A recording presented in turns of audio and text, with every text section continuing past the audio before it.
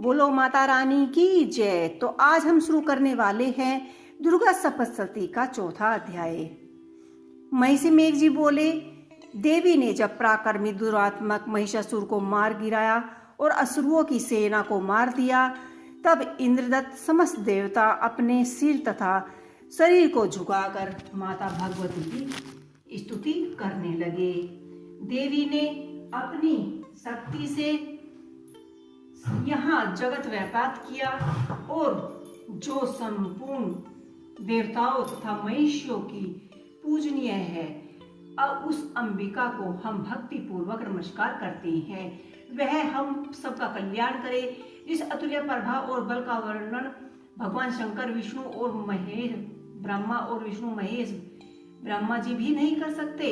वही चंडिका देवी इस संपूर्ण जगत का पालन करने वाली, अशुभ भय का नाश करने वाली, पूर्ण आत्माओं के घरों में तुम स्वयं लक्ष्मी रूप में हो और पापियों के घर में तुम अलक्ष्मी रूप में हो, और सत्कुल में उत्पन्न होने वाले के लिए तुम लज्जा रूप में होकर उनके घरों में निवास करती हो। हम उस देवी भगवती को नमस्कार करते हैं। हे देवी, इस विश्व का पालन करो। हे देवी, हम तुम्हारी अचिंत्य रूप का किस प्रकार वर्णन करें।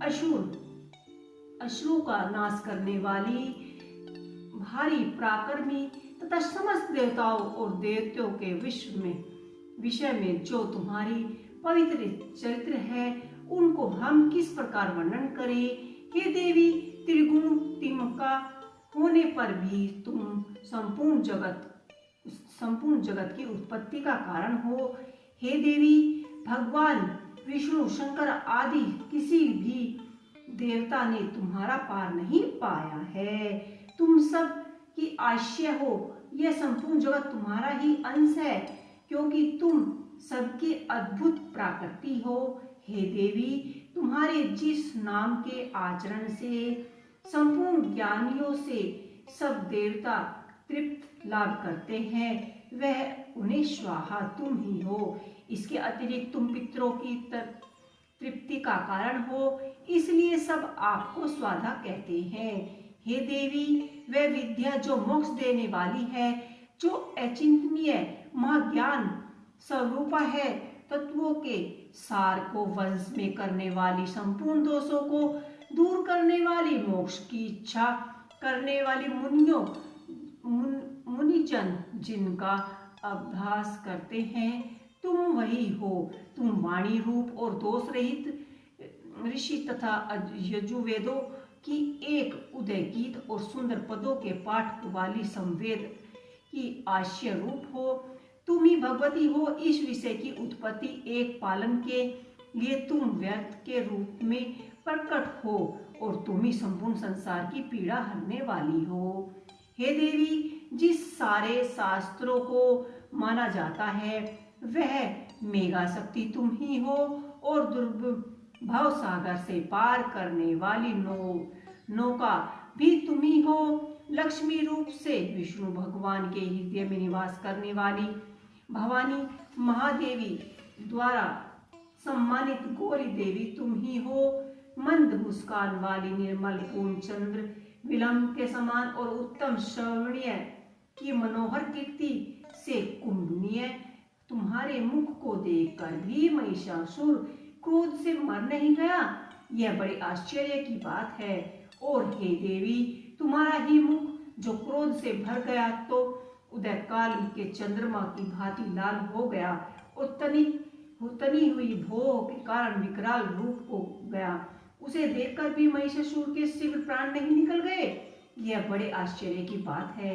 आपके कुलपति मुख के दर्शन करके भला कौन जीवित रह सकता है। हे देवी, तुम ही कल्याण के रूप प्रसन्न हो। आपके प्रसन्न होने से इस जगत का अद्भुत उदय होता है, और जब आप क्रुद्ध हो जाती हो तो कितनों ही कुलों का सर्वनाश हो जाता है। यह हमने अभी अभी जाना है कि जब तुमने महिषासुर को बहुत ही बड़ी सेना को देखते ही देखते मार दिया। हे देवी, सदा अद्भुत प्रताप देने वाली, तुम जिस पर प्रसन्न हो जाती हो, वही देश में सम्मानित होता है। उनके धन यश की वृद्धि होती है, उनका धर्म कभी स्थिर नहीं होता और उनके यहाँ पुत्र पोत्रियां और नौकर होते हैं। हे देवी, तुम्हारी कृपा से ही धर्मात्मक पुरुष प्रतिदिन श्रद्धा पूर्वक यज्ञ करते हैं और धर्म अनुकूल आचरण करते हैं और उसके प्रभाव से स्वर्ग लोक में जाते हैं, क्योंकि तुम तीनों लोकों में मनोइच्छित फल देने वाली हो। हे देवी माँ दुर्गे, तुम स्मरण करने पर समस्त जीवों के भय नष्ट कर देती हो और स्थिर चिंता वालों के द्वारा चिंतन करने पर भी उन्हें और अत्यंत मंगल कर देती हो। हे दारिद्र दुखों निवासिनी देवी, तुम्हारे सिवा दूसरा और कौन है? तुम्हारी चिंता सदा दूसरों के उपकार में ही लगी रहती है।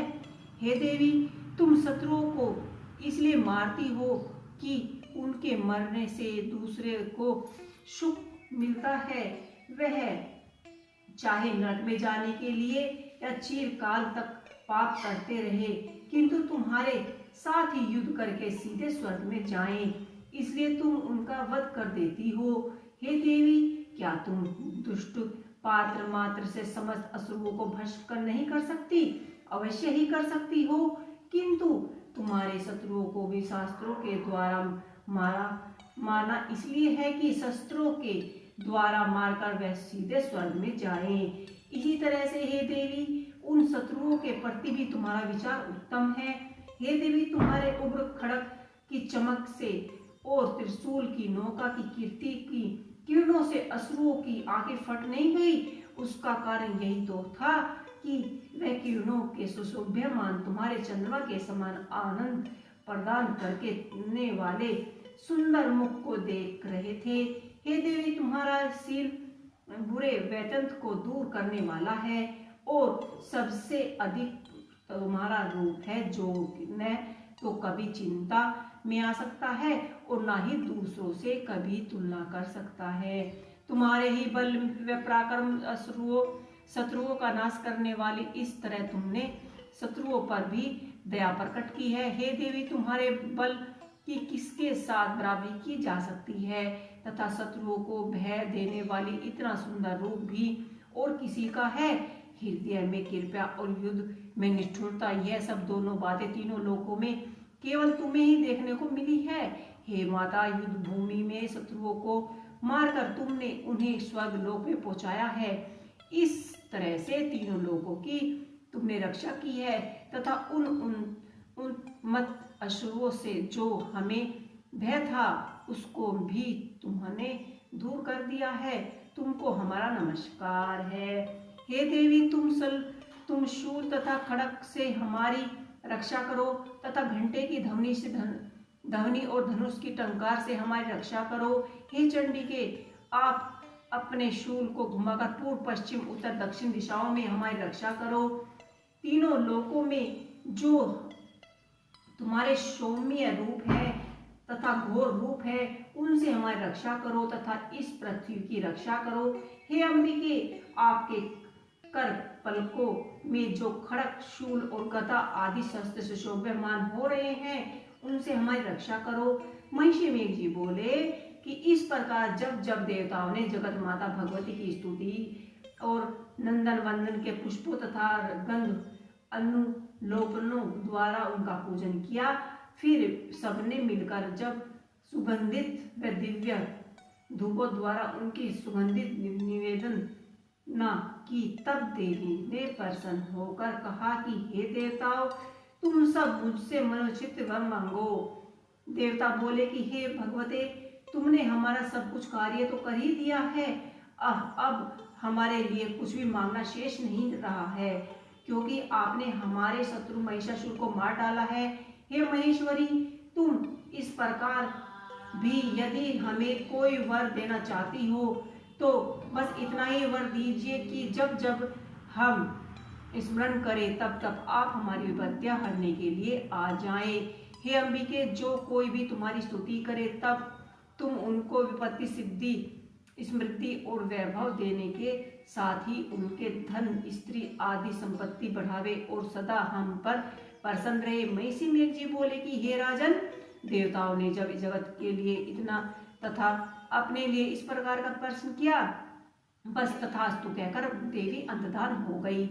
हे धूप भूप, जिस प्रकार तीनों लोगों का हित चाहने वाली वह भगवती देवताओं के शरीर से उत्पन्न हुई थी, वह सारा वेदांत मैंने तुम्हें कह सुनाया है। और इसके पश्चात दुष्ट असुरों तथा शुभ और निशुभ का वध करने और सब लोगों की रक्षा करने के लिए जिस प्रकार गौरी देवी के शरीर से उत्पन्न हुई थी, वही सारा वेदांत यथावत वर्णन मैंने कर दिया है। बोलो भगवती माता की जय। तो आज का दुर्गा सप्तशती का तीसरा अध्याय हम यही समाप्त करते हैं। कल लेकर आएंगे आप सभी के लिए दुर्गा सप्तशती का 5वां अध्याय। तो आपको ये हमारा अध्याय कैसा लगा हमें कमेंट बॉक्स में लिखकर अवश्य ही बताइएगा। जय माता की।